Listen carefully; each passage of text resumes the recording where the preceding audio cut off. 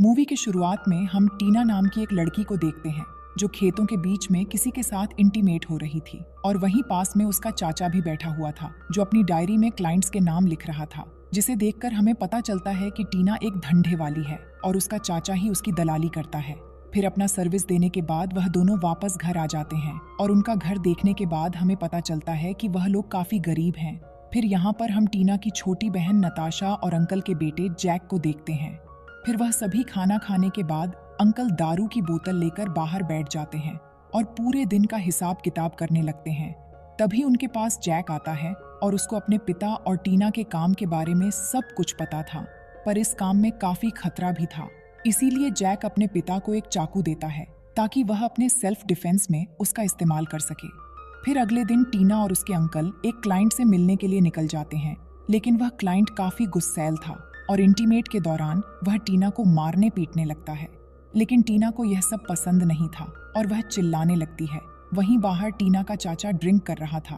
तब टीना के चिल्लाने की आवाज सुनकर वह उस रूम के अंदर पहुंच जाते हैं और अंदर आकर वह उस क्लाइंट से रुकने के लिए कहते हैं, लेकिन वह क्लाइंट उसकी बातों को नहीं मान रहा था।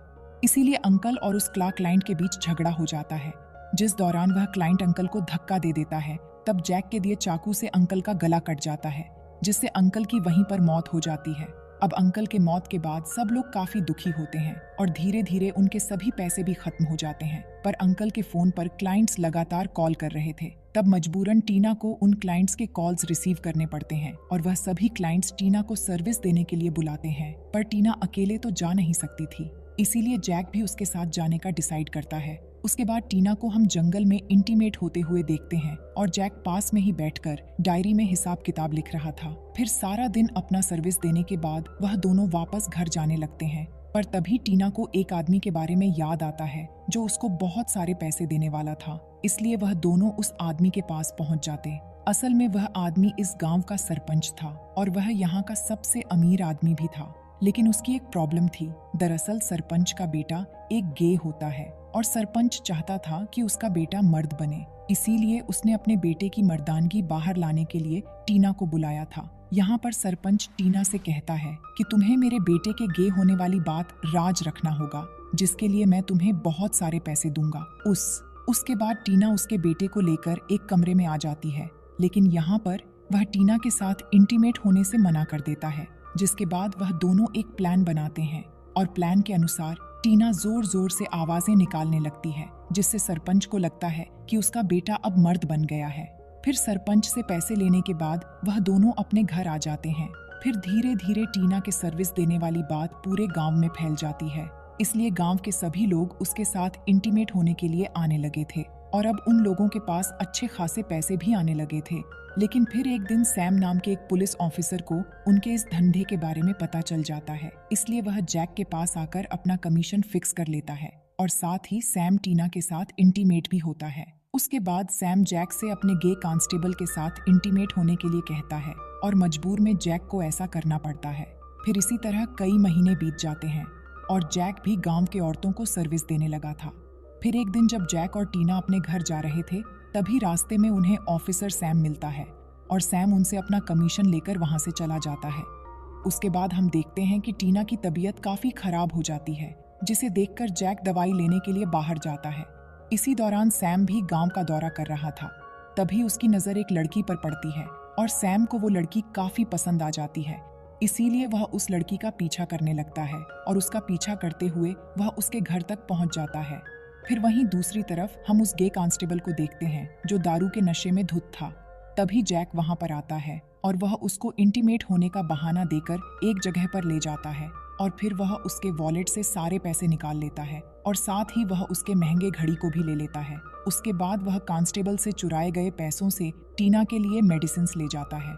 फिर मेडिसिन लेने के बाद टीना की तबीयत काफी अच्छी हो जाती है, लेकिन हम देखते हैं कि जैक ने कांस्टेबल की घड़ी को नहीं बेचा है और उसने वह घड़ी अपने हाथों में पहन रखा है।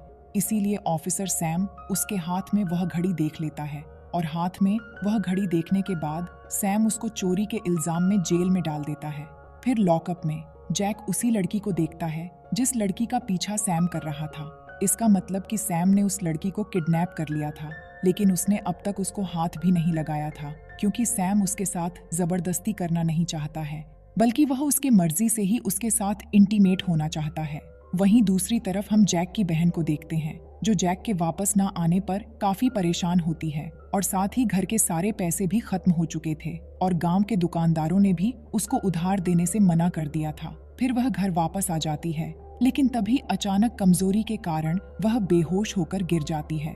फिर उसकी बहन नताशा उसको जैसे तैसे करके होश में लाती है और उधर लॉकअप में हम जैक और उस लड़की को देखते हैं।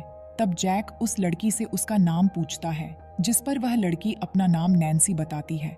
अब नैन्सी जैक से मदद मांगती है, लेकिन यहाँ पर जैक की तो खुद के ही लगे पड़े थे, तो वह नैन्सी की मदद कैसे करता।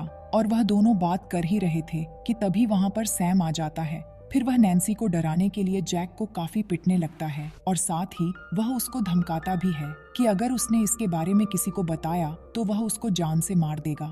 तभी वहाँ पर सैम का एक दोस्त आता है और सैम अपने दोस्त के बातों में आकर नैन्सी को टच करने लगता है, जिसे देखकर जैक को काफी बुरा लगता है, लेकिन वह चाहकर भी कुछ नहीं कर सकता था।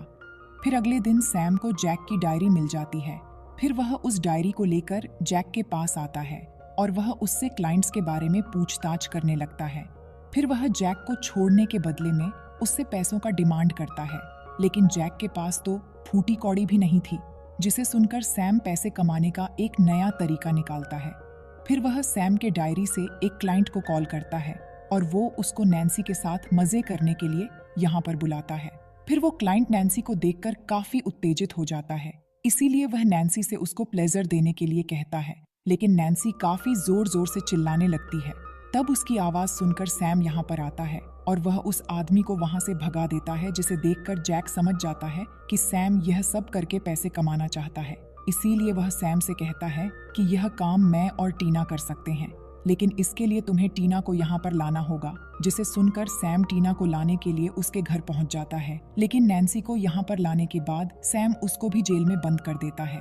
अब टीना को कुछ भी समझ में नहीं आ रहा था कि यह सब क्या हो रहा है। तब जैक उसको समझाने लगता है कि तुम्हें नैन्सी को सैम के साथ इंटीमेट होने के लिए मनाना होगा और ऐसा करने के बाद वह हमें आजाद कर देगा। जिसे सुनने के बाद टीना नैन्सी को अच्छे से नहलाकर उसको तैयार करती है। उसके बाद सैम नैन्सी को अपने रूम में ले जाता है, लेकिन पहले तो वह नैन्सी को मनाने लगता है कि वह उसकी मर्जी से उसके साथ इंटीमेट होने के लिए मान जाए, लेकिन नैन्सी ऐसा करने से मना कर देती है। इसीलिए सैम को गुस्सा आ जाता है और वह उसके साथ जबरदस्ती करने लगता है, जिससे नैन्सी काफी जोर जोर से चिल्लाने लगती है।